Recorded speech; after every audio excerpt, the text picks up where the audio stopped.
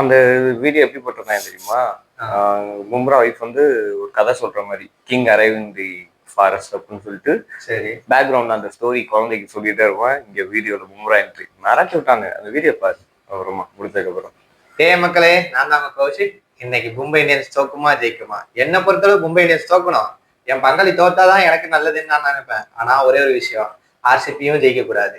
நான் ஆர்சிபி தோக்க கூடாதுன்னு நினைக்கிறேன், ஆர்சிபி ஜெயிக்க கூடாதுன்னு தான் நினைக்கிறேன். இதை பத்தி நீங்க என்னன்றத இன்னைக்கு வீடியோல ஃபுல்லாவே பார்ப்போம் வாங்க.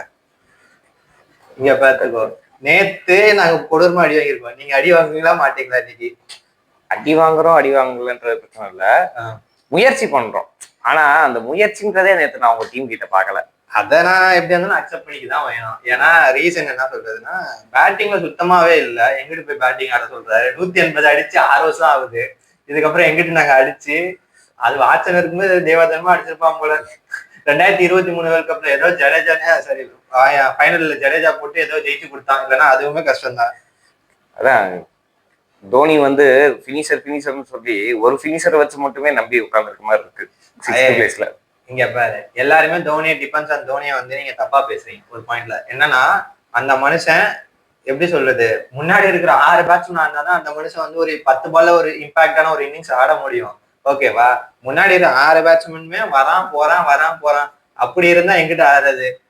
எனக்கு ஒரே ஒரு ஆள்கிட்ட மட்டும்தான் இன்டென்ட் இருந்துச்சு. அந்த இன்டென்ட் அடிக்கணும்ன்ற ஒரு இன்டென்ட் சிவம் டூபே கிட்ட மட்டும்தான் இருந்துச்சு.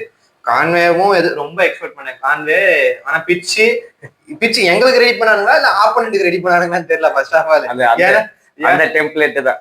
கான்வே இருந்தா நொட்டிட்டு போயிடுச்சு. என்ன செய்யறதுன்னு எனக்கு தெரியல. இல்ல